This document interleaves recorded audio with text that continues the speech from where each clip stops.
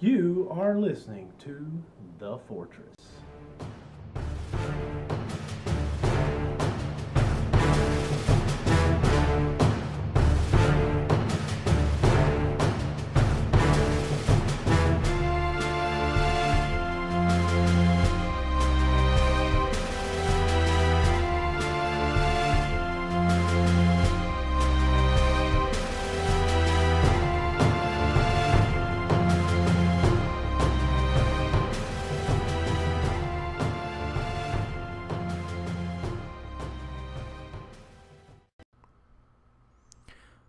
Welcome back to The Fortress. Last week, I talked a little bit about adultery. I'm going to pick up where I left off on that a little bit last week, and I'm going to talk about adultery and idolatry this week. You know, the commandment, you shall put no other gods before me. God was making a direct reference to idols. So I wanted to start off with just talking about adultery and idolatry. It's safe to say adultery has been a common problem in today's society. If you don't believe me, look at today's divorce rates. Not only have a lot of marriages ended in divorce, but aside from financial situations and I never liked saying that, irreconcilable differences, spouses cheating on their husband or wife has resulted in the end of a relationship more times than I care to admit. And wouldn't you know it, but God gave us a commandment not to cheat on our spouse. He said, "You shall not commit adultery." Funny how that works. It's almost like he knew it would get us into trouble. Divorces have led to the breakdown of family values and the justification for all sorts of behaviors that at one point or another have been found to be taboo in our history. Maybe they're not so taboo now, although they should be. But I digress. While I'm on commandments, God also told us not to put any other gods before Him. I may be going out on a limb here too, but maybe He knew what would happen or transpire once His people ventured too far off course and turned to other things besides Him to fix their worries and to pass their time. Instead of striving to have a relationship with God, people have made their own gods for generations. Going on back into history, money, fame, or maybe even other people they looked up to and admired. Fast forward to modern times. What are some of the other idols? Things that have become our gods almost. Television, radio, internet, someone's own ideology, self-proclaimed ideology that they come up with all on their own. All of these have become idols to many of us over the eons. And I include myself as part of the problem.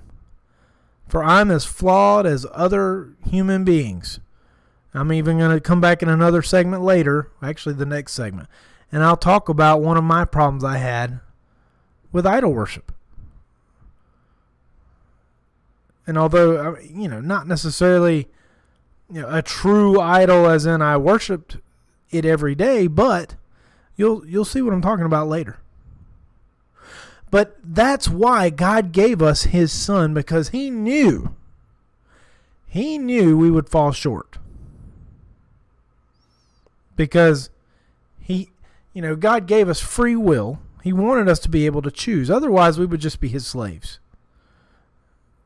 But He wants us to choose to love Him. But at the same time, He knew that we would fall short of His commandments. Therefore, we needed a perfect sacrifice, his Son, Jesus Christ. He knew something had to happen to make up for our shortcomings, and Jesus paid that ultimate price. But does that mean we shouldn't address our problem?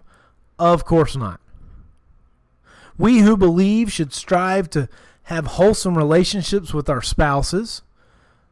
For one, so that those outside our faith can wonder, what is that couple doing right that makes them so content with one another? And then believers such as myself and some of you listeners out there, we should also strive to make the American gods, television, radio, the internet, etc., be a much smaller priority in our lives than our time we actually spend with God.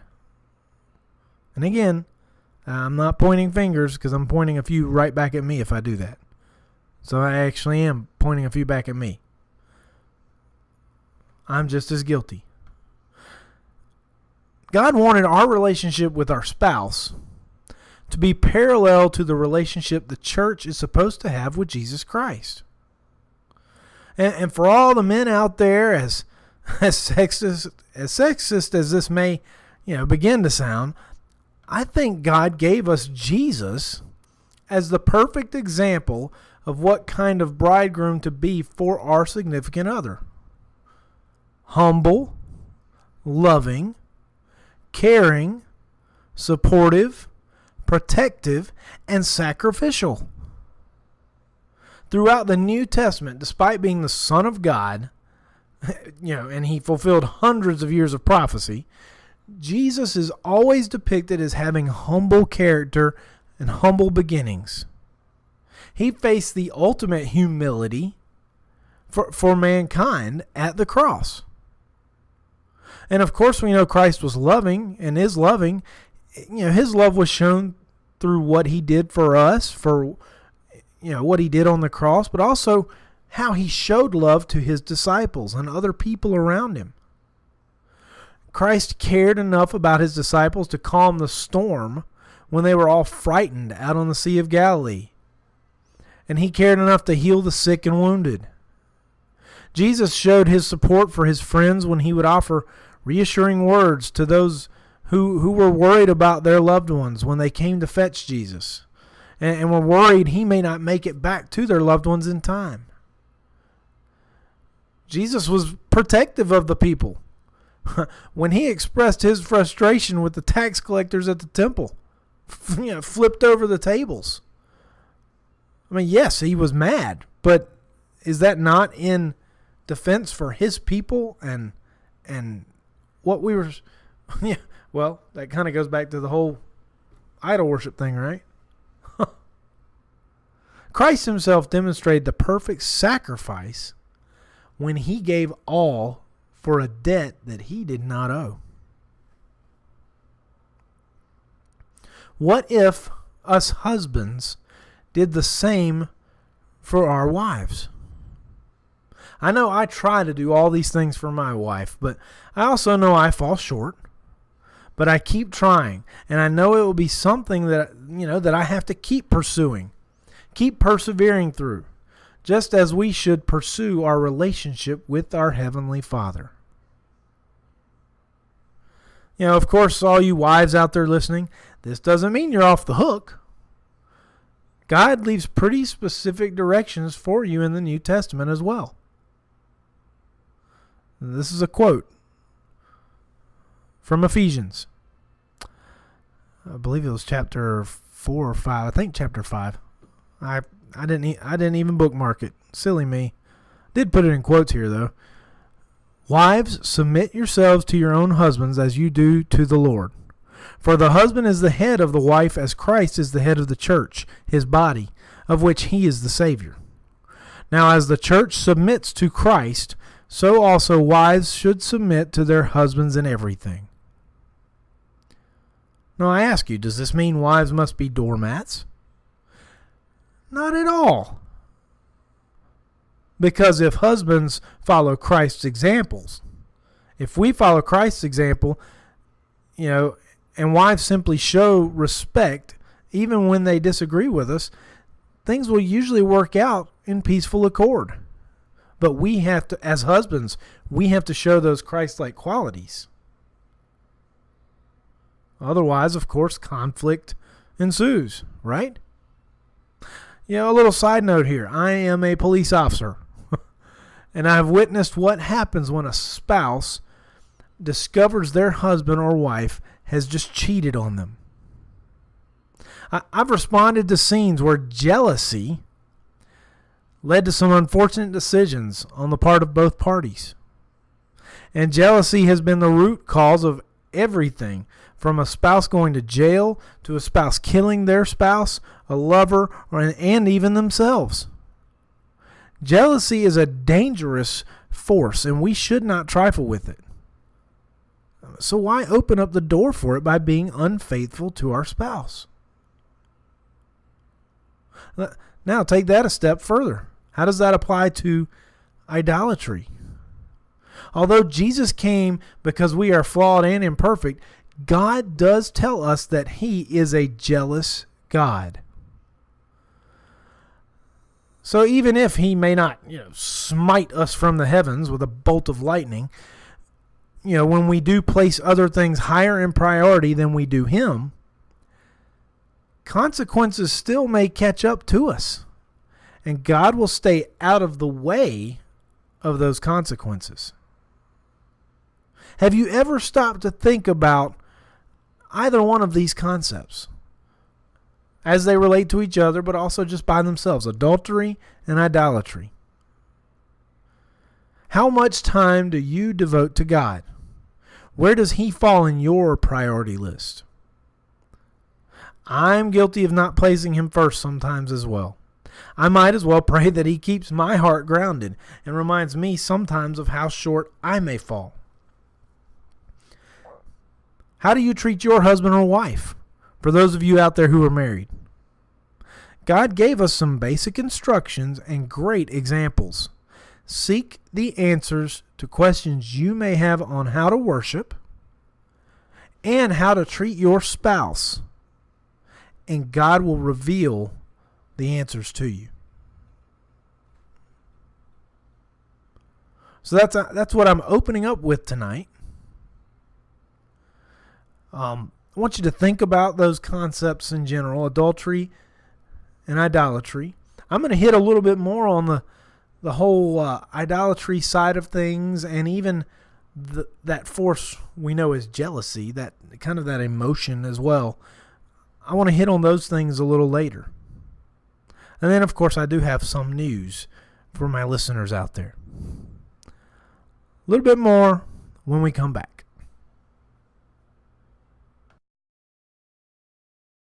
You there, with the fishhook in the bill of your hat. What is your name? Hey, me? Well, heck, my name's Bob. What's your name? Oh, my name is Vladimir. Well, so pleased to meet you. I couldn't help but notice you have some kind of book holding in your lap. What is that book? It looks very familiar to me.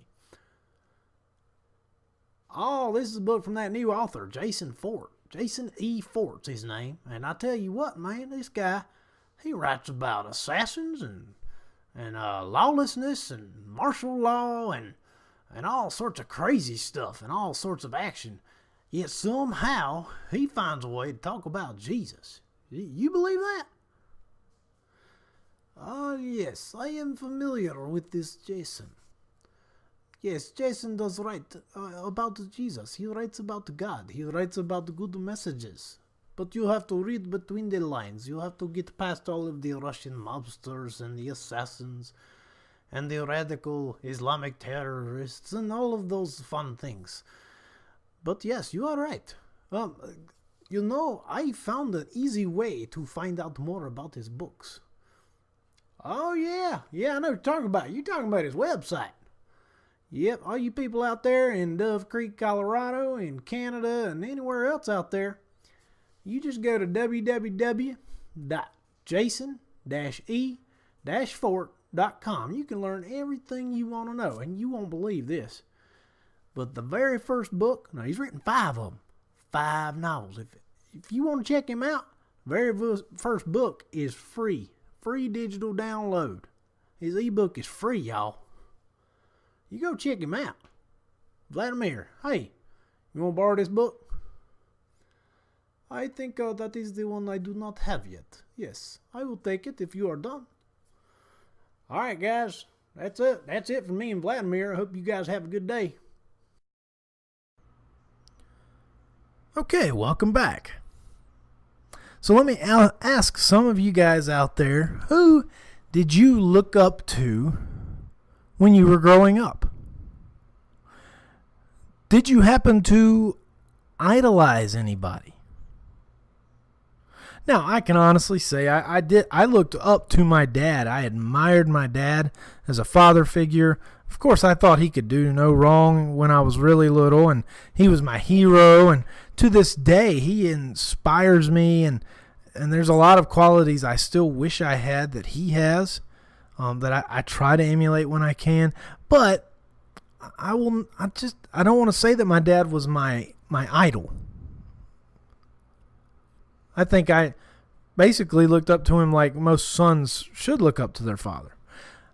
But I did look up to somebody else, and I had this, I don't want to say irrational admiration, but I'm sure there were some who thought that, because was I a fanatic?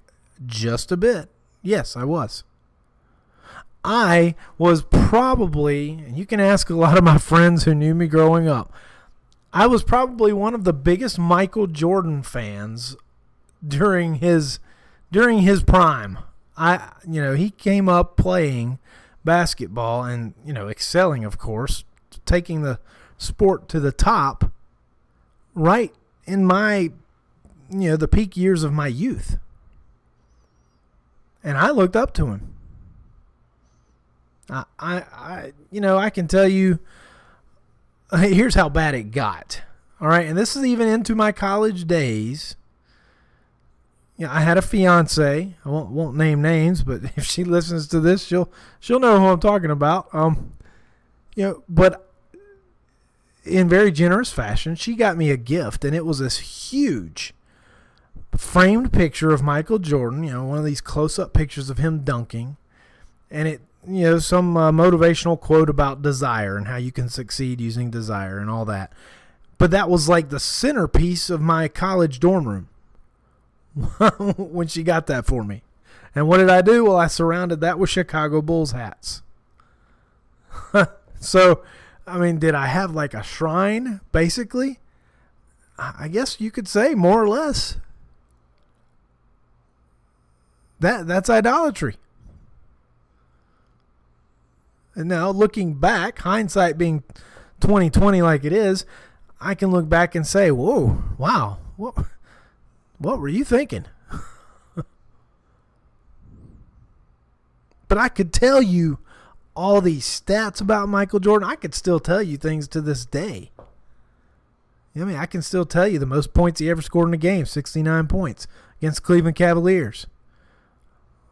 I can tell you he scored 63 points in the playoffs against the Boston Celtics. I can tell you he held the record for the most points in a quarter at one time, 35 points. He scored all these three-pointers in a row. And here's how bad it got as well. Now, I have never been one of the most gifted athletes. Never. And to be able to just play basketball the way I eventually got around to being able to play somewhat, it took a lot of practice. But when I practiced, who do you think I tried to imitate? Yes, little gangly, skinny Jason tried to imitate Michael Jordan. So, why instead was I not trying to spend time getting to know my God better? Because I messed up. I was basically engaged in the act of idolatry.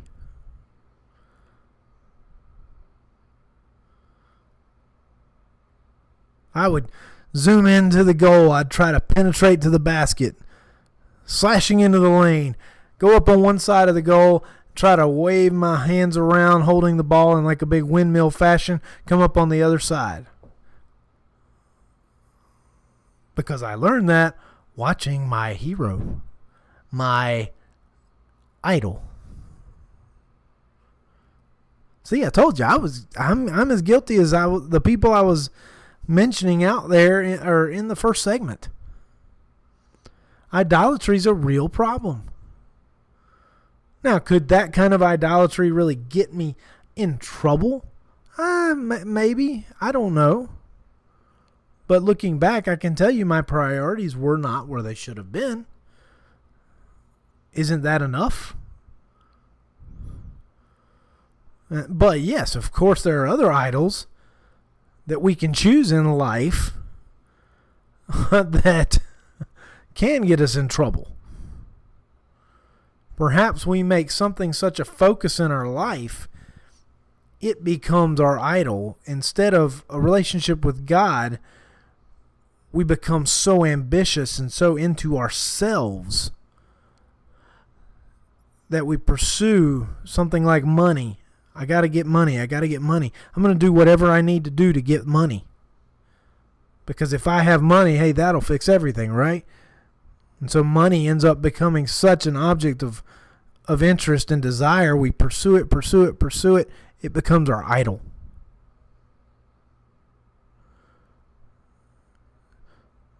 To the point that we will do desperate things to get our hands on it. There have been people, successful people, who I think have turned money into such an idol that they end up hurting people along the way just to make it. Just to make that money. Money becomes their idol, and so other people suffer because this person and their desire takes over. Due to what? Due to that idolatry. Putting money on that pedestal. Or fame, reputation. We can make that our idol. We want to strive so much to be famous.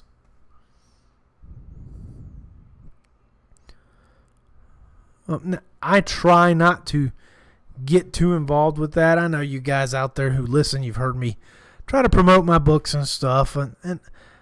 But I've told my wife, I don't really care if I'm ever famous one day or not for writing books. I write these stories because these stories occur to me, and I think they're really fun stories to read. To read. And they're definitely fun to write.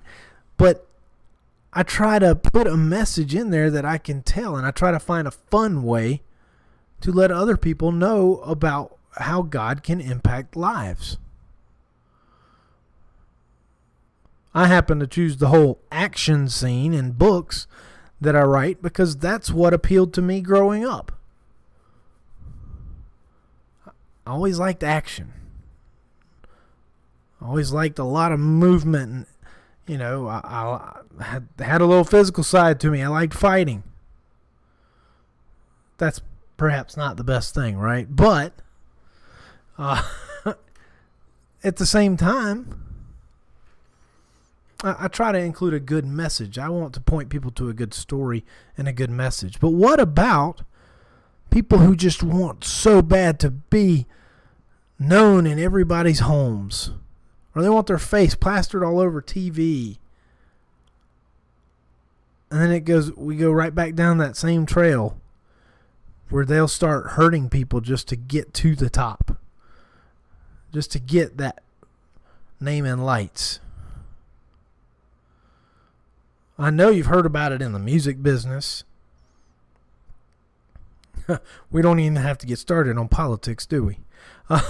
So I would love to hear what you guys have to say about it or think about this. Have you come across anything in your life where maybe you can look back now and say, "Wow, you know what? That was an idol.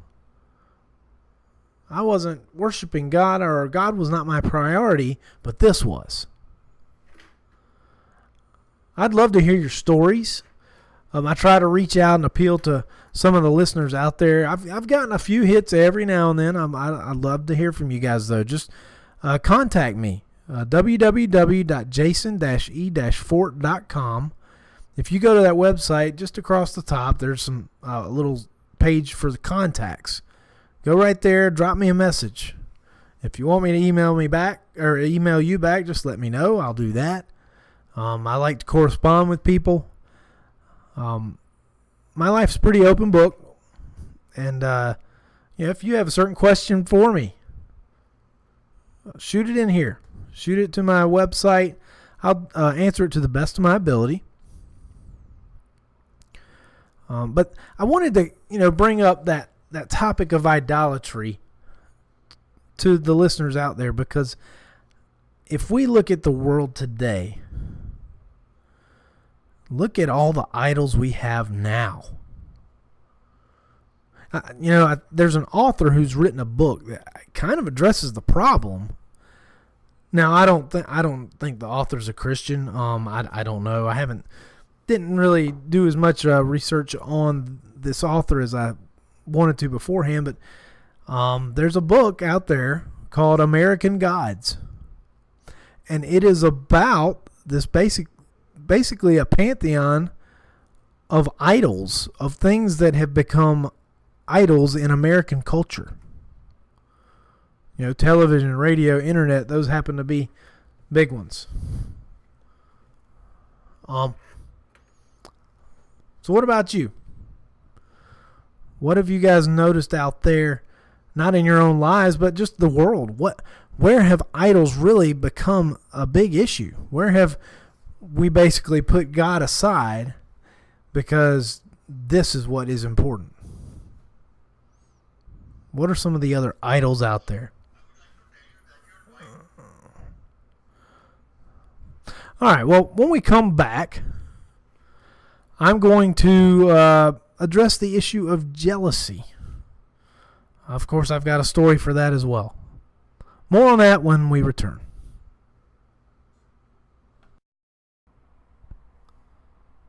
Hey, how you doing?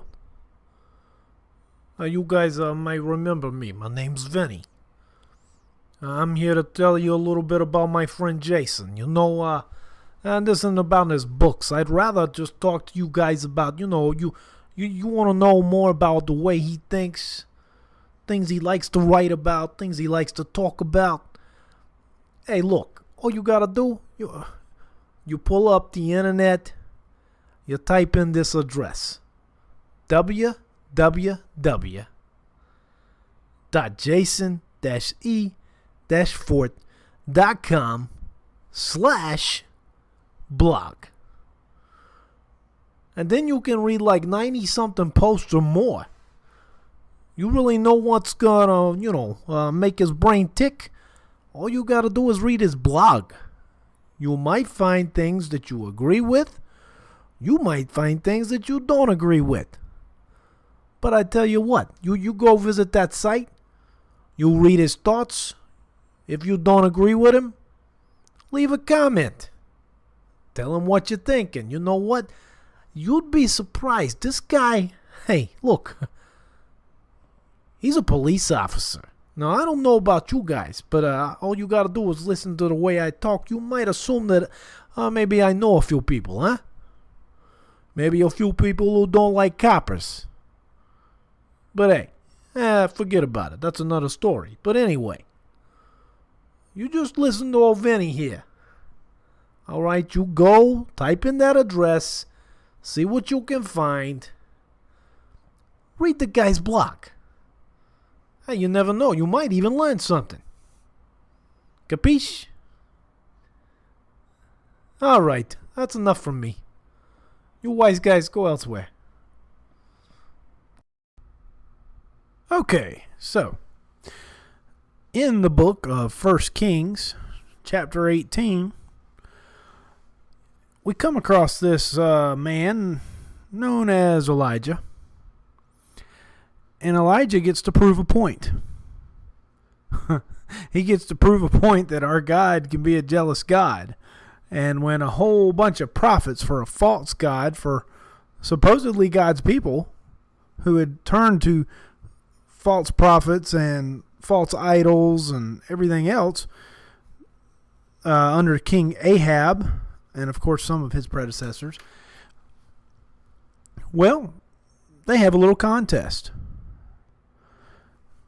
And, I mean, not only does God prove how the false gods are totally helpless and inanimate objects and can't do anything for the people, but he also kind of lets Elijah get a little snarky. See, Elijah basically kind of mocks the prophets and says, okay, go ahead, you know, bring all these people together.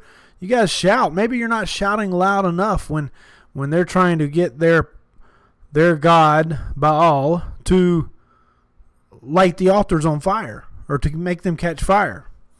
And nothing's happening. And nothing's happening. And they do it for hours and nothing happens. And Elijah mocks them. And then Elijah gets them to wet. They rebuild an old altar that had been torn down, and they wet it down, like really, really wet. And if you know anything about fire, it's pretty hard to get wet wood to light.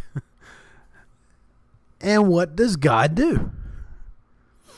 Well, he sends, fire from the sky. Or here, you know what? I don't want to misquote. Let me look.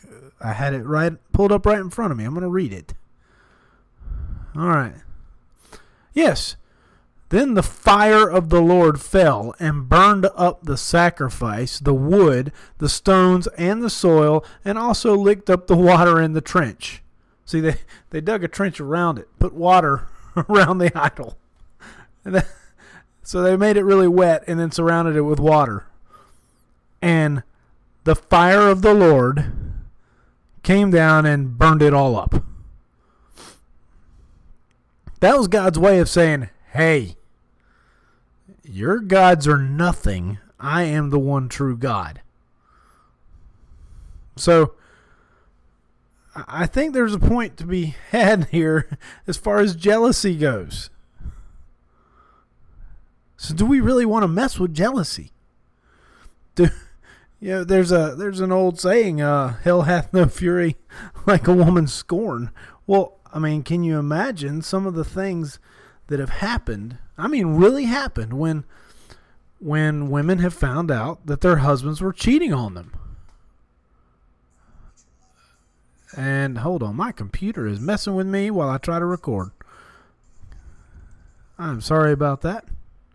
So, if a woman has found her husband to be cheating, I mean, we've even had some, where was it? Somewhere in the United States just last year.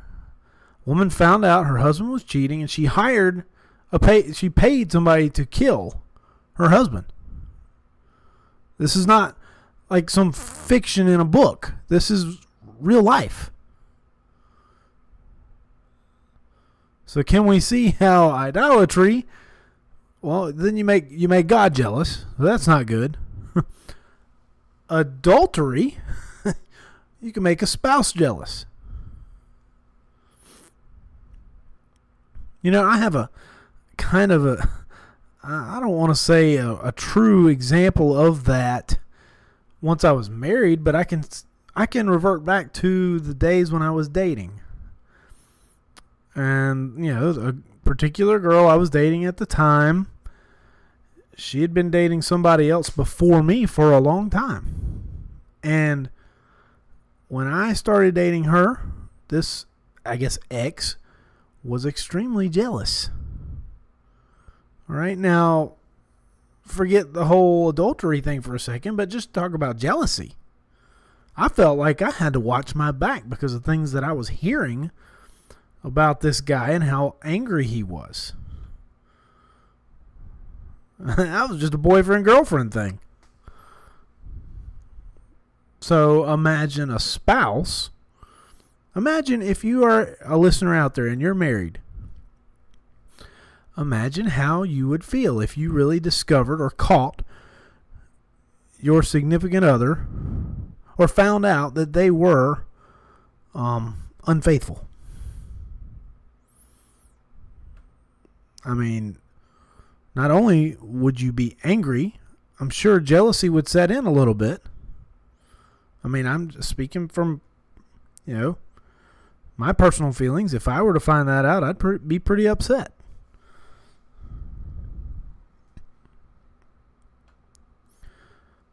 So I bring all of this up because, once again, God gives us commandments for a reason. When I first started working for the police department where I work, we had to respond on numerous occasions to domestic calls where somebody had been messing around at work, and so who's showing up to do something about it at their workplace? Oh, the husband. Oops. Uh-oh. Yeah, I mean, you hear about all these mass shootings and terrorists and all this, but you can very well have a domestic disturbance that starts just because an upset spouse is here to carry out a violent act out of jealousy, out of anger because of what he has discovered, because of the unfaithfulness of his or her significant other.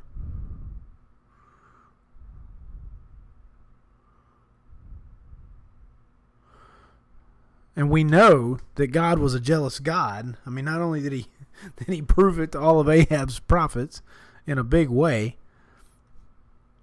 but he said time and time and time again to God's leaders, to the leader of the Israelites, to the kings. He would say, tear down the idols and the high places. And they kept saying it. And he kept saying it. And what would happen? Those high places and altars were left alone. They were left in place a lot of times. The best kings you hear about are the ones that actually removed everything they could. Now, I don't have a list of all those kings in front of me. I didn't do that much research. But can you see what I'm talking about with this jealousy thing? So go back, put yourself in the Israelites' position. And Moses is coming down from on high. He's got these stone tablets. He's revealing commandments. And he says, you shall not commit adultery.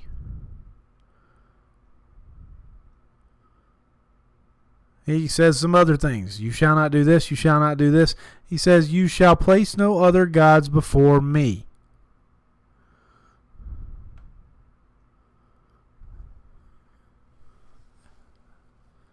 Put yourself in their position. How do you think you would have taken that? I mean, I probably would have been in awe, first of all. I mean, where did Moses get these tablets? And they were listening to Moses, and they were listening and paying attention because, they'd been freed from Egypt, and they'd seen great wonders like, something pretty significant like the Red Sea parting. So I think God was serious, and I think they probably would have, taken him pretty seriously at first. But what ended up happening? What was inevitable? Time and time again throughout the Old Testament, we see God's people fall short of those expectations. They try to keep commandments, but then they fail miserably, and they stop trying. And the irony that they put up such a fuss when the actual king of the Jews does come along. When Jesus fulfills all the prophecy, And they want to say, well, we have all these laws now and all these laws now, and how dare you do this on the Sabbath and blah, blah, blah, blah, blah, blah, blah.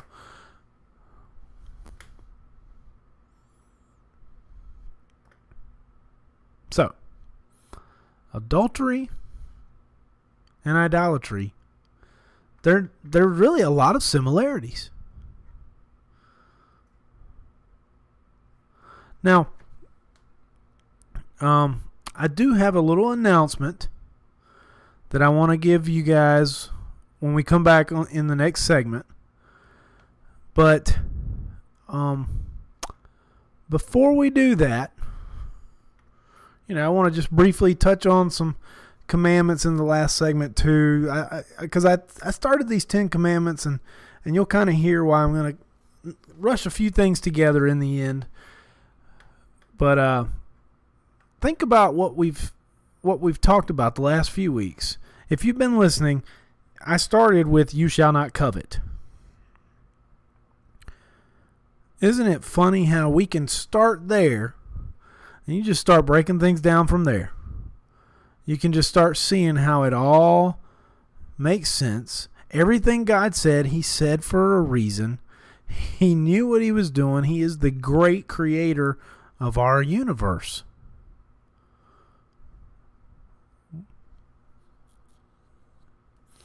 I like to refer to Him as the great author. He's just writing this story we call history. We're just playing it out, but we're playing it out like a choose our own adventure book because He gave us free will. All He wants us to choose is to love Him, to follow Him, and trust Him. So when we come back, I'll make a little announcement, and then we'll just touch on some commandments before we sign off for the night. And maybe I'll even tell you what to expect next week. After this commercial break. Okay, so it's not a real commercial, but after this little break.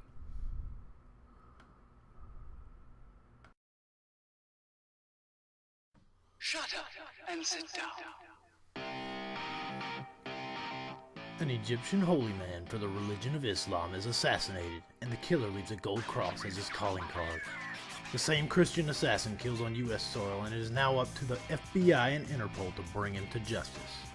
FBI agents John Knox and Beth White team up with Interpol Inspector Malik Sharif, but they are at a loss when the assassin leaves no trace of evidence at crime scenes. Meanwhile, the assassin is starting his own personal war with Muslims, and the government he works for becomes suspicious. Can a Christian FBI agent and a Muslim Interpol officer put aside their differences and perhaps even use them to track down the assassin? Can Agent White battle her spiritual demons? Can the agents find the killer before the media turns the case into an international religious circus?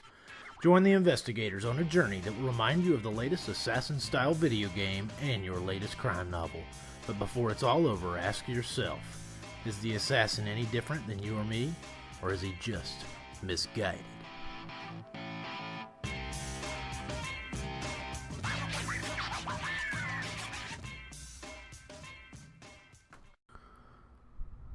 Okay, so we've got a few commandments left that I kind of didn't quite make it around to for the week, or for the weeks leading up to this.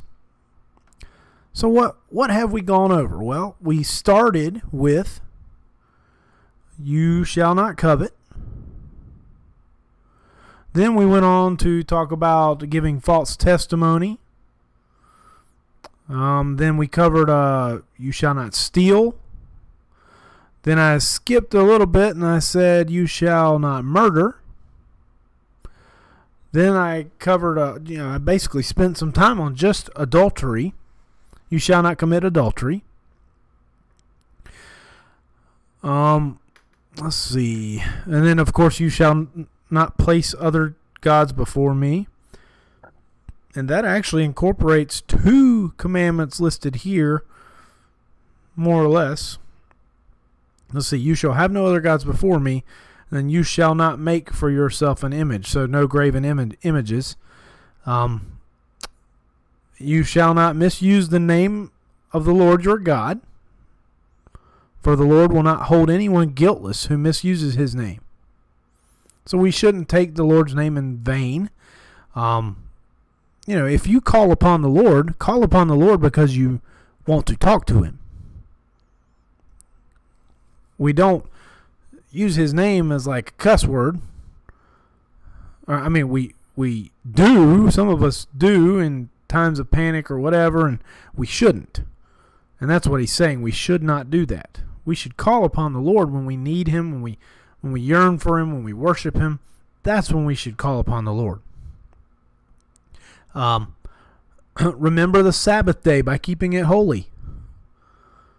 Now, I will give credit where credit is due.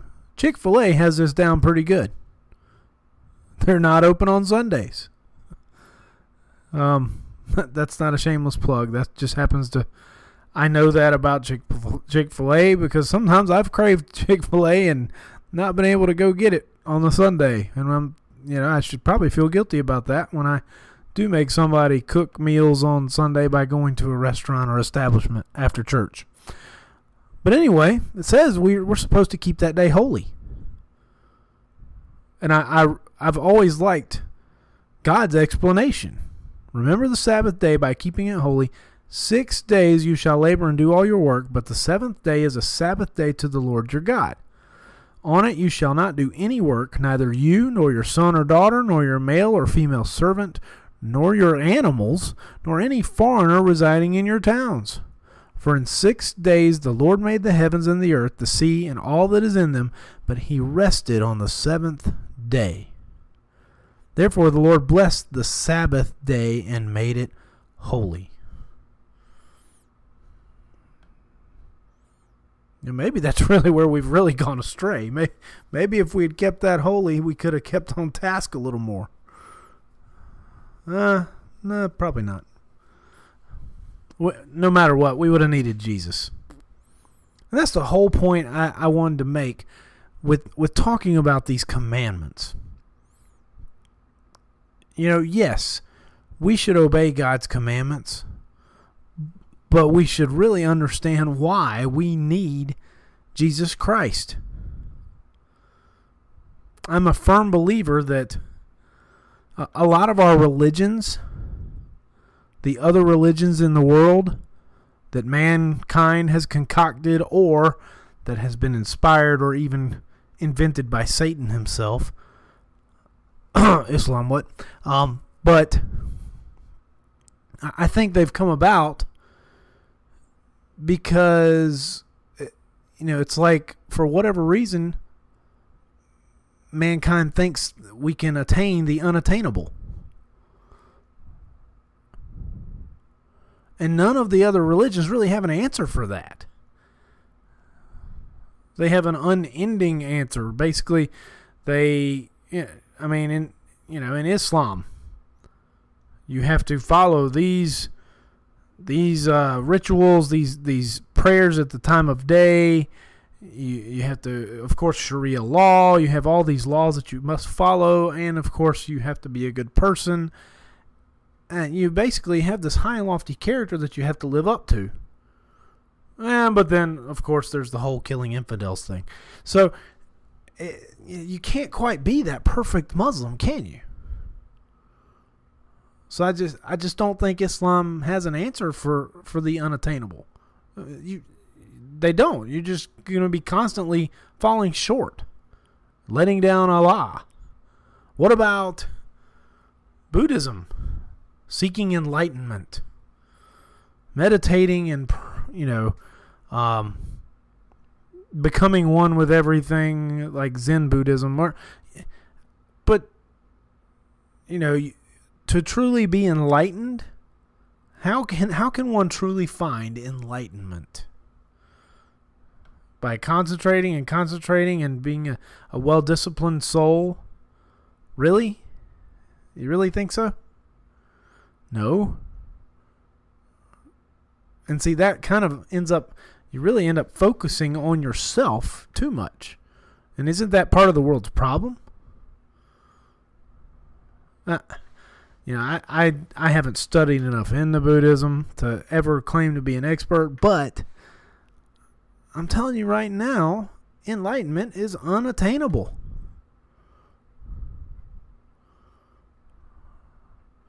Jesus Christ is the only answer that we have that gives us hope. The unattainable is not hope. But see, we can attain salvation because Christ gave his life for us. And it's the only concept out there that explains what love is. And it gives us purpose and meaning. All the other stuff it's really meaningless because there's no hope. It's a bunch of meaningless, hopeless acting.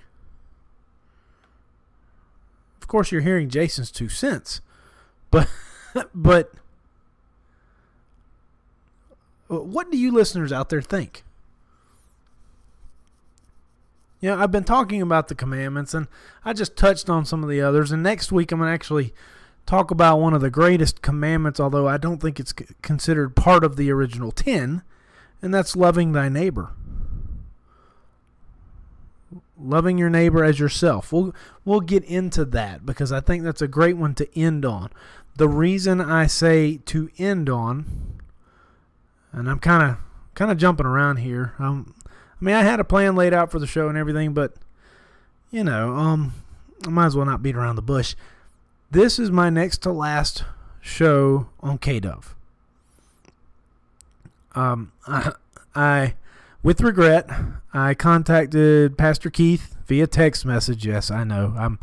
I think I'm actually joining the 21st century finally. I text him probably too much, but that's actually how I let him know. He now, to give him credit, he actually picked up the phone and called me once he received the text.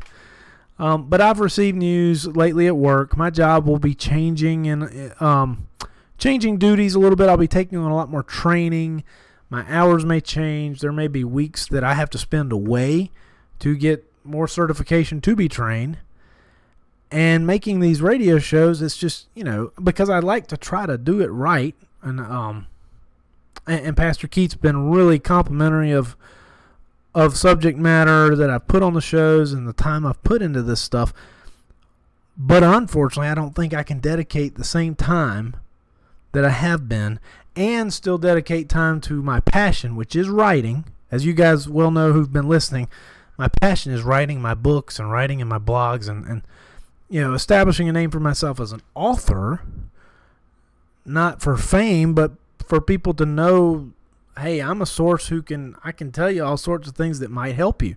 Might help you in spiritual life, might help you in just, finding an answer to a problem you may have. Whatever. Of course, just reading a good story and getting a good meaning out of the story too. But I'm not going to have time to do that with some of the changes that are coming. And so, with regret, next week is my last show on KDove. I did think it'd be a good thing to end on if we talked about loving our neighbors. And so that's really where I'll try to keep my focus next week. But that being said, what do you guys think? I want to hear from the listeners out there. I'd love to hear your input, your take on the 10 Commandments, but really more or less your take on really why we need Jesus. What do you think of my interpretation of Christianity itself? I kind of laid that out for you, kind of explaining, well, what makes Jesus's mind, what makes Jason's mind tick as it relates to Christianity. I've done a lot of thinking over the years. I'm somewhat, I don't want to call myself a philosopher, but I have always sought out truth. And to me, Christianity is the only reasonable explanation that totally points to truth. Pure, 100% truth. And Jesus even says that he is the way and the truth and the life. So I want to know what you guys think. Once again, www.jason-e-fort.com/contact. Leave me a message. Leave me an email address. I'd love to just chat with you. As I've said on the show before, I really enjoy talking to people, meeting new people. I will still interact via email. You may see the random, Facebook Live video, just because even though I won't be dedicating time for the show anymore, I can do a video on my phone in front of me in 5 minutes flat. Just to give you my take on maybe current events, what's going on out there. As you guys who are listeners know, if you've visited my Facebook before, you know I get a little political too. I mean, Christianity is where I like to make my focus, but because I think our faith and the state of the nation are getting more and more entwined as we get closer to Jesus coming back, I do give my take on politics as well, on the political climate, political scene, all that. So that's my news. I will miss doing these little shows. I've really enjoyed it. But I'll say my farewell next week. I don't want to say all my farewells now. Just wanted to let everybody know that this is my second to last show. Next week will be the last. And we will talk a little bit more about kind of what I talked about tonight at the end, as far as what makes my brain work. How did I come to believing what I believe? We'll pick that apart, but we'll also focus on loving our neighbor, because if we can't do that, we really can't serve Christ the way we were meant to anyway, right? So we'll dive right into that next week. In the meantime, I think I will close out with a little word of prayer. Heavenly Father, thank you so much for the chance I've had to work with Pastor Keith, to dedicate some time every week to talk about you, to give my interpretation of perhaps some of the scriptures that you have inspired men to write. Thank you so much, Lord, for just the opportunity to serve in the profession that I do have. I pray that you will continue to allow me to reach other people in a similar fashion, even if it's not through the radio waves, through my writing, through somebody reading what I write. And I pray that you continue to help Pastor Keith and the other ministers and pastors associated with his ministry to flourish and thrive and get out the important message that you are the Son of God and that you died for our sins. I pray all of these things in Jesus' name. Amen. Okay, guys, this is The Fortress, signing off till next week one more time.